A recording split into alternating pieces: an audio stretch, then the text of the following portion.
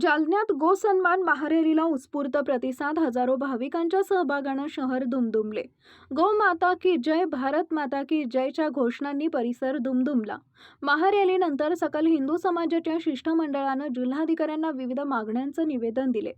जालना शहरात सकल हिंदू समाजाच्या वतीनं आयोजित करण्यात आलेली गोसन्मान महारॅली शोभायात्रा आज सोमवारी मोठ्या उत्साहात आणि भक्तिमय वातावरणात पार पडली. श्री राम मंदिर येथून सकाळी 9 वाजता या शोभायात्रेला प्रारंभ झाला. यावेळी हजारो नागरिक, युवक, महिला तसेच विविध संघटनांचे पदाधिकारी आणि कार्यकर्ते मोठ्या संख्येनं सहभागी झाले होते. शोभायात्रेदरम्यान सहभागी नागरिकांनी हातात भगवे ध्वज घेत गो माता की जय, भारत माता की जय अशा घोषणा दिल्या. या घोषणांनी संपूर्ण परिसर दुमदुमून गेला.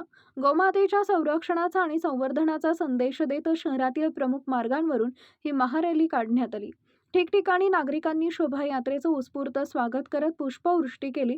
यावेळी आयोजकांनी गोमातेला राष्ट्रमातेचा दर्जा मिळावा, गोवंश संरक्षणासाठी समाजाने एकत्र यावे आणि गोसेवेचा संदेश प्रत्येक घरापर्यंत पोहोचावा असं आवाहन केले. दरम्यान गोसन्मान महारॅलीनंतर सकल हिंदू समाजाच्या शिष्टमंडळानं जिल्हाधिकारी यांची भेट घेऊन विविध मागण्यांचं निवेदन सादर केले. शासनाने या मागण्यांवर सकारात्मक निर्णय घ्यावा अशी अपेक्षा यावेळी उपस्थितांनी व्यक्त केली.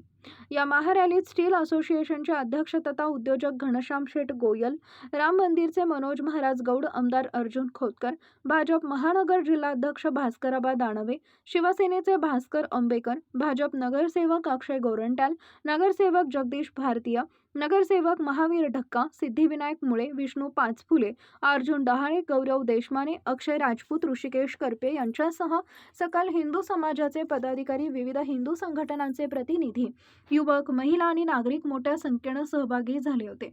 महारॅली आणि निवेदनाचा कार्यक्रम शांततेत व शिस्तबद्ध वातावरणात पार पडला.